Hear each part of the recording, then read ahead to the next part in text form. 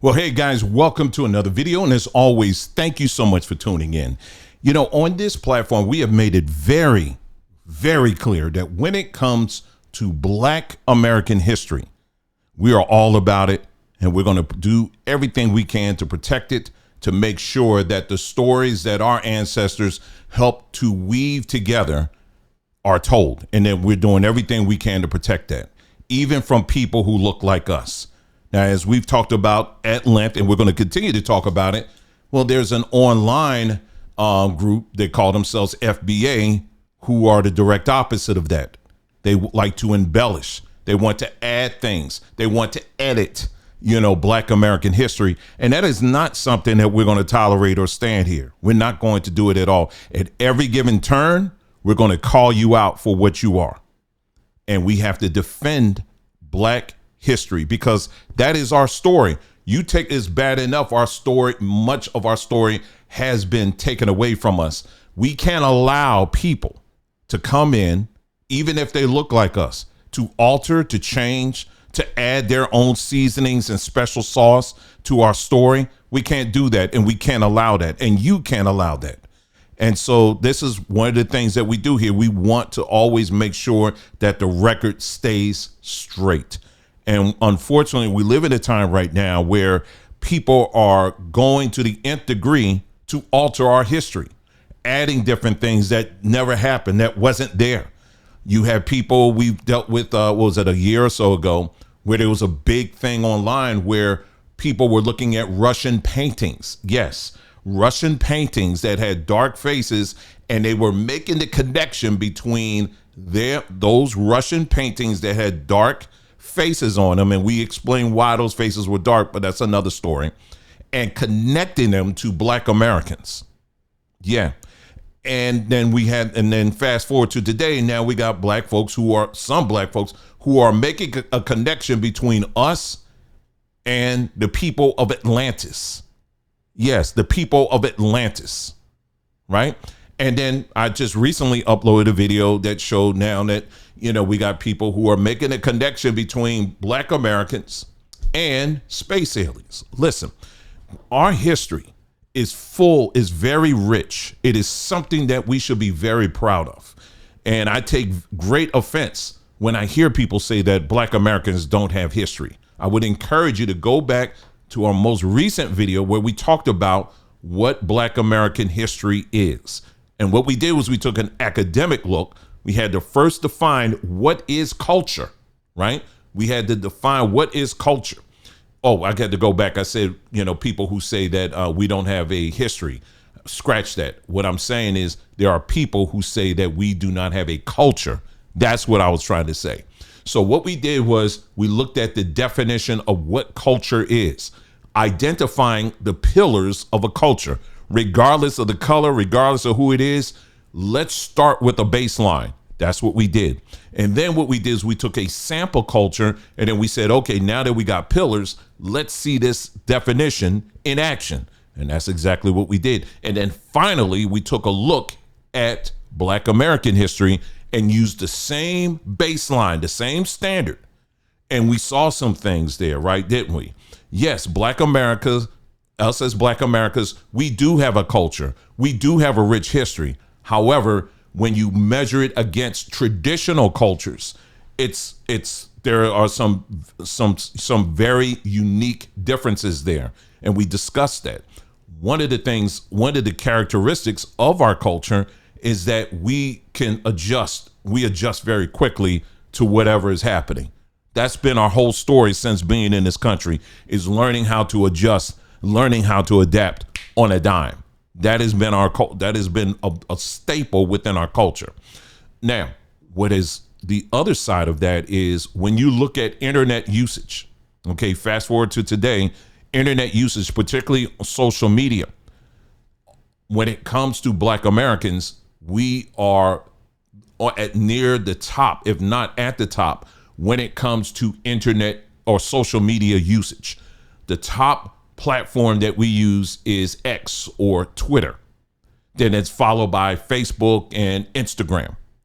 So this is the glue that we use to basically to hold our culture together. is the internet. You take away the internet, you have no FBA. It's simple as that. How many people out there today would never have heard of the term FBA if it wasn't for the internet? Now, compare that to Black American culture, Black American history. This is something that we breathe. This is something that we live. You understand? We don't need the internet for that. You understand? A real culture doesn't need that. And so that is what we talked about. So please go back and watch that video. Okay, so in this video, what we're going to look at is I came across a video on TikTok of a man who was doing his research on his family tree, on his family story. And he was told that, like many of us, he was told that, oh yeah, we were Native Americans. We were always Native Americans, so forth and so on. So he decided to take on the challenge. And instead of just simply repeating what was told to him, he said, well, let me take a look at the details myself. Let me look at the records. Many of you say, I got all the records. Well, he has the records and he looked through them. And it was something that he caught in those records that made me kind of pause for a second. I actually reached out to him and he confirmed. But I want you to take a listen to what he has to say. Now, he's getting into some details here. So if you have a short attention span, this is not the video for you. But if you're someone that really values history and culture, you're going to want to make sure you're hearing everything that he's saying here, especially the part of a very interesting discovery. Let's take a look. I'm going to go ahead and bring this video up now, and let's take a look at his discovery. I find it interesting when people say, hey, forget about DNA tests. Make sure you do your genealogy. Your genealogy is what matters the most. You talking to people who are your elders and stuff like that matters the most, right? I'm going to show you guys exactly why that is a misconception and why that can lead you down the path of misinformation. Please watch, stay tuned. So this man that you see on the screen right here, George Lynch, and you see how they have them as a Native American. George Lynch is my fourth great-grandfather. He's my fourth great-grandfather, okay? It is said that he is Native American, but I believe this to be far from truth. Now, he actually does show up on the 1860 census because he is mulatto, and also he's a free man of color. He just popped up out of nowhere because before that, he was nowhere to be found. He just popped up out of nowhere in the area in Martin County, North Carolina. Now, if you notice here, this is my family members page. Notice here who they have as his parents, George Eaton Lynch and Amelia King. The problem is that George Eaton Lynch and Amelia King are not Native Americans. These are white people. And I've seen this so much on as I was doing my research. They are white people. A lot of times, people use the middle names to put in the census records. As you can see, Eaton Lynch, born in 1785, and he is a white man. Same thing down here, Millie King, that's his wife, which her name was it Amelia Millie King or Amelia Millie Lynch, and she's a white woman. This is the 1850 census. All right, so that's just one part of it. Now, if you look right here, here's George Eaton Lynch, and here's his wife, Millie King. This is another person's page. This is their tree, which I don't even know who these people are. But if you look, they have a George Green Lynch and his wife. They are also white. And look at these people down here, and you run into this person right here, George D. Lynch, a white man. He is a straight up white man.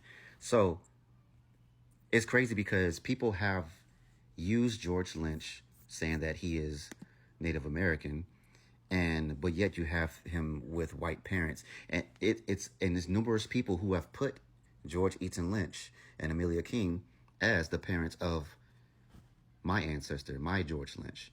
Now, I'm going to show you even more what's even more problematic about this whole thing, but it's going to involve who supposedly George's so-called son is. This man that you see right here is Ishmael Hyman. He was born in 1843 in Martin County, North Carolina, and he is the son of Millie Hyman, or Millie Lynch. Now we're going to go ahead and check out what this genealogist, he's supposedly an Aboriginal genealogist who's done research on Ishmael and some people in my family, and this is what he had to say. He says, Zachariah Hyman, which is basically the son of Ishmael. Zachariah Hyman was the son of Tuscarora Indian father Ishmael Lynch Hyman, a Tuscarora Meherrin Indian mother, Cassandra Cross. Zachariah attended Hampton University while he was in American school before it became known as a HBCU.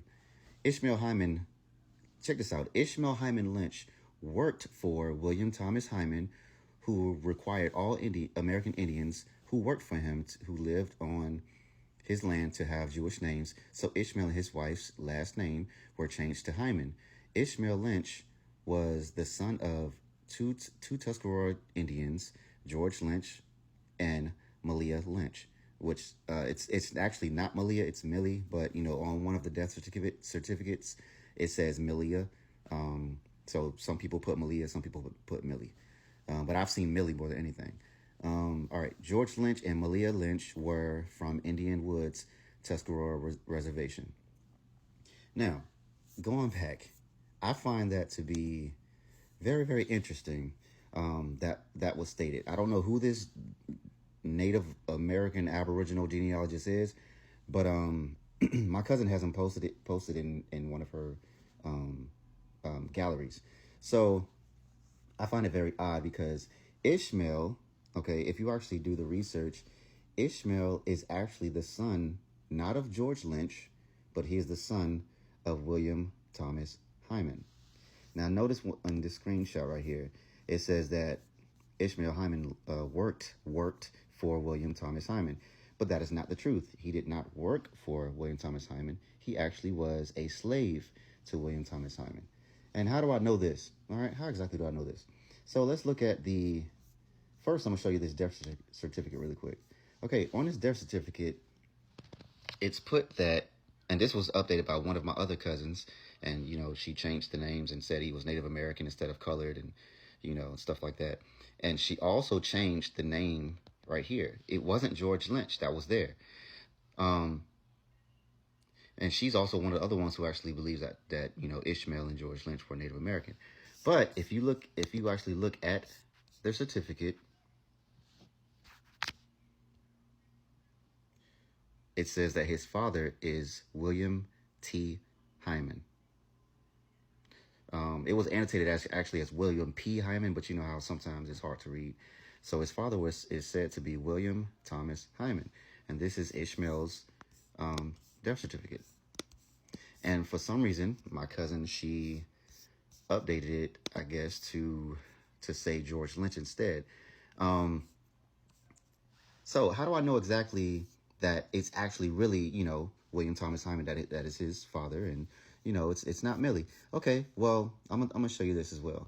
Right here, okay, take a good look at Ishmael, all right?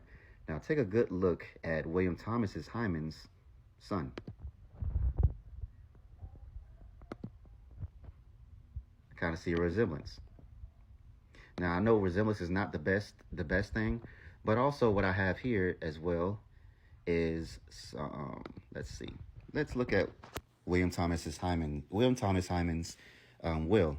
And in his will, he states to basically, what he said? He said in the last will and testament, I loan to my wife, Henrietta Hyman, one Negro man, Ishmael, that's Ishmel.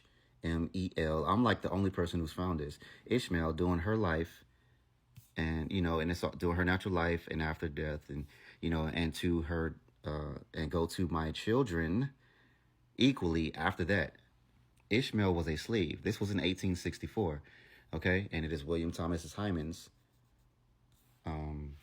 will. Okay, if you want a little more, here we have James Burnett. James Burnett was the father of William Thomas Hyman's wife, Henrietta, whose name you just saw on the last slide. That was his wife. Now, James Burnett owned Millie Hyman at first. So he was the first owner of Millie Hyman, and also also Ishmael, and also my third great grandmother Lucinda, and you can see that right here. All right. So he's going to give to his son James H. Watts a Negro woman by the name of Millie, and their 3 children: Ishmael, Ishmel, Sylvester, and my third great grandmother Lucinda. So it was stated, firstly, that Ishmael is actually the son of George Lynch. It was stated that Ishmael worked for William T. Hyman. It was stated that they were all free people of color, but that's not the case at all. Again, Ishmael, his mom Millie, my third great grandmother, they were all owned by James Burnett, and James Burnett, on his will, he went ahead and gave William Thomas Hyman's wife, which is James Burnett's granddaughter, he gave them all three of them, or 4 of them, because Sylvester as well. So we can't just use, okay, I heard this. I heard we were Native American. I heard so and so. Even if you marry into a Native American family, which Ishmael did, you can't just say, "Hey, we're Native American because I heard these particular things." Do the research. Whoever that genealogist was, they were incorrect, because I have the proof. Okay, Ishmael and George, not Native American. George Lynch, his parents are not George Eaton Lynch and Millia King, and Ishmael's father is not George Lynch. Okay, they were George was a free man of color, and Ishmael